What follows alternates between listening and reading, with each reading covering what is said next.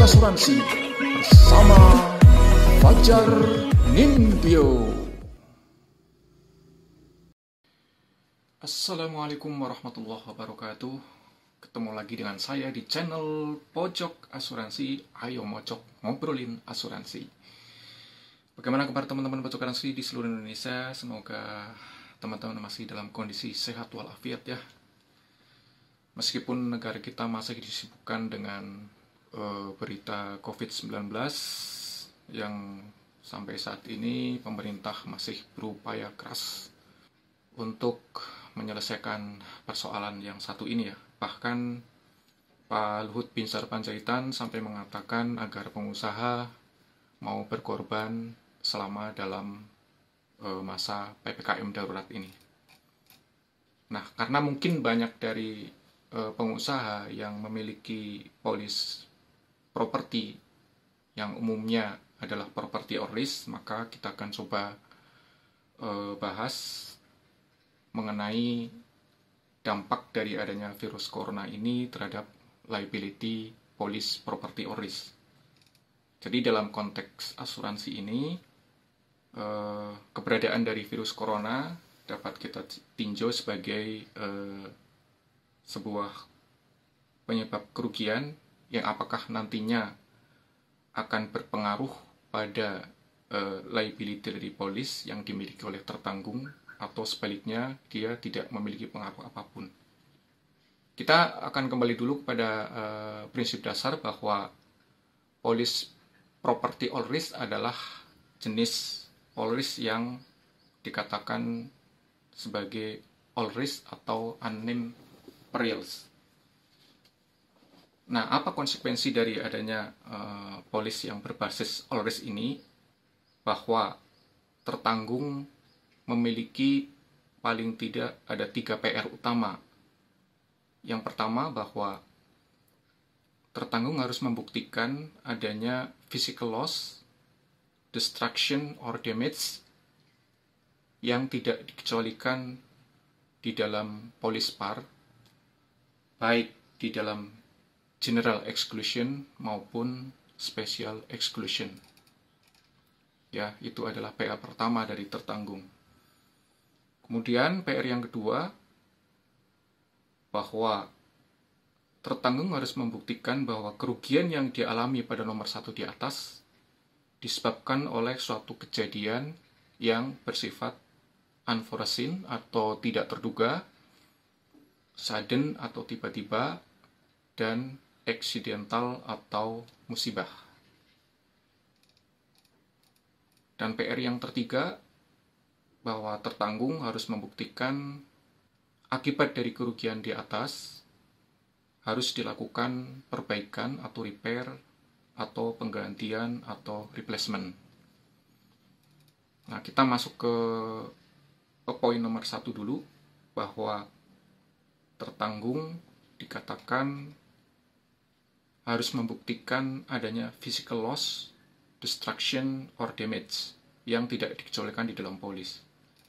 Nah, kalau kita baca pada Special Exclusion to Section 1 pasal 2/2.5, di sana terdapat pengecualian terkait dengan kerugian yang disebabkan secara langsung atau tidak langsung oleh semua penyebab yang berlangsung secara berangsur-angsur, termasuk mikroba, apapun jenisnya, ya. Nah, sedangkan virus ini adalah termasuk di dalam golongan mikroba. Kecuali, nah di situ ada pernyataan lain bahwa kecuali jika kejadiannya bersifat sudden and unforeseen physical loss, destruction, or damage yang terkait dengan PR nomor 2 tadi ya. Nah, tentu ini akan membuktikan proses pembuktian yang tidak mudah, bahkan bisa jadi membutuhkan adanya pemeriksaan forensik ya teman-teman.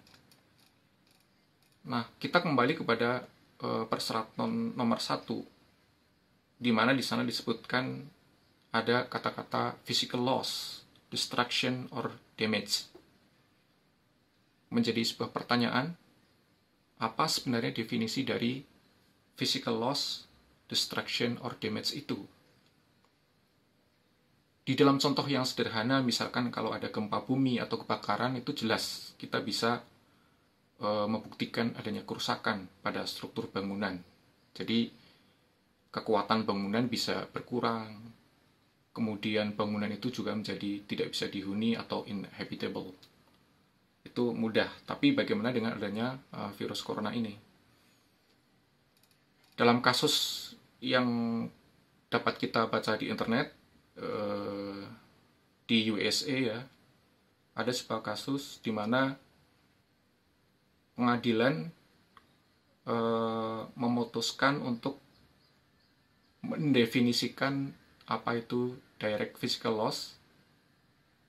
Nah, di situ sebuah kesimpulan kemudian diperoleh di mana dalam kasus itu si tertanggung yang memiliki usaha restoran melakukan proses pembersihan ya, pembersihan secara berkala untuk menghilangkan debu atau partikel-partikel kimia yang mungkin menempel pada lantai, dinding, meja, dan kursi sebagai akibat adanya proyek pembangunan gedung di sekitarnya. Nah, ketika si tertanggung ini mengajukan klaim kepada perusahaan asuransi, kemudian terjadilah dispute sehingga harus masuk ke proses pengadilan. Nah, di sana pengadilan kemudian mempertimbangkan ada dua interpretasi dari direct physical loss. Yang pertama, bahwa direct physical loss itu diartikan sebagai perubahan nyata pada properti tertanggung di mana tidak dapat digunakan di masa-masa mendatang atau membutuhkan perbaikan agar dapat digunakan kembali. Nah, sedangkan di dalam kasus yang mereka tangani, proses pembersihan atau cleaning itu tidak dikategorikan sebagai direct physical loss.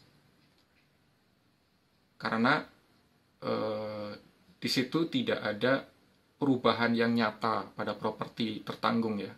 Jadi propertinya pun juga masih berfungsi, kemudian tidak perlu ada perbaikan sehingga masih dapat digunakan di masa-masa berikutnya. Kemudian interpretasi yang kedua, bahwa pengadilan juga menyimpulkan bangunan itu masih bisa dihuni. Ya. Kemudian juga tidak ada fungsi yang berkurang. Sehingga dalam hal ini tidak ada unsur yang memenuhi syarat bahwa proses pembersihan tadi itu kemudian memenuhi pengertian dari direct physical loss. Nah, oleh karena itu, intinya pada polis property or risk ini yang standar ya, dalam arti kita tidak melihat ada tidaknya perluasan jaminan, bahwa di dalam kasus virus corona tertanggung harus membuktikan dulu 3 hal tadi yang sudah saya sampaikan di atas. Yang pertama, bahwa tertanggung harus membuktikan adanya physical loss, destruction, or damage yang tidak dikecualikan di dalam polis, baik di dalam general exclusion maupun special exclusion. Kemudian yang kedua, bahwa kerugian yang dialami pada nomor 1 di atas disebabkan oleh suatu kejadian yang bersifat unforeseen atau tidak terduga, kemudian sudden atau tiba-tiba, dan accidental atau musibah. Dan yang terakhir, bahwa tertanggung harus dapat membuktikan bahwa akibat dari kerugian di atas itu harus dilakukan adanya perbaikan atau repair atau penggantian atau replacement. Sehingga jika 3 hal di atas dapat dibuktikan oleh tertanggung, maka ada kemungkinan klaimnya dapat diproses lebih lanjut oleh pihak penanggung.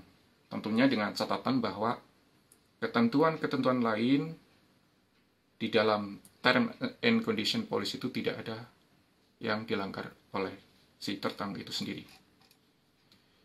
Nah, itu tadi pemaparan singkat saya tentang